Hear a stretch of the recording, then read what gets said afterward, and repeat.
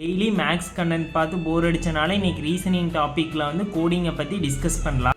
டியருங்கிறதை எஃப்ஜிசிடியாக மாற்றினோம்னா ரீடுங்கிறதை என்னவா கன்வெர்ட் பண்ணியிருப்பாங்கன்னு சொல்லி கேட்குறாங்க. சொல்லுங்கள் பார்க்கலாம். ரீடை வந்து டிஜிசிஎஃபாக மாற்றிருப்பாங்க. என்ன ரீசன்னா அவங்க கொடுத்த வேர்டு எடுத்துக்கோங்க. அவங்க என்ன வேர்டு கொடுத்துக்கிறாங்க? டியர் கொடுத்துக்கிறாங்க. நம்மக்கிட்ட என்ன கேட்டுக்கிறாங்க? ரீடு கொடுத்துக்கிறாங்க.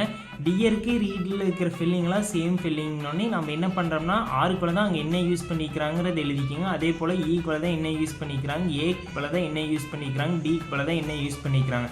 சேம் வேர்டாக இருந்துச்சுன்னா இந்த மெத்தடை யூஸ் பண்ணி அரேஞ்ச் பண்ணி எழுதிக்கலாம்.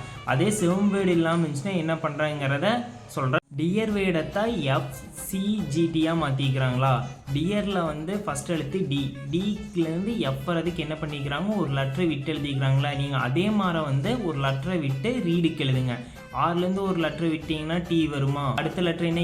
ஈலேருந்து ஒரு லெட்டர் விட்டிங்கன்னா என்ன வருது? ஜி வருதா? ஜி. அடுத்தது ஏலேருந்து ஒரு லெட்டர் விட்டிங்கன்னா என்ன? சியா. அதே போல் வந்து டிலேருந்து ஒரு லெட்டர் விட்டிங்கன்னா என்ன வருது? எஃப். டிஜிசிஎஃப் தான் ஆன்சர். உங்களுக்கு வந்து ஃபஸ்ட்டு மெத்தட் வந்து சில சம்முக்கு தான் ஒர்க் ஆகும். இந்த மெத்தட் எல்லா சம்முக்கும் ஒர்க் ஆகணுன்னு இந்த மெத்தடை மைண்டில் சேவ் பண்ணிக்கிங்க.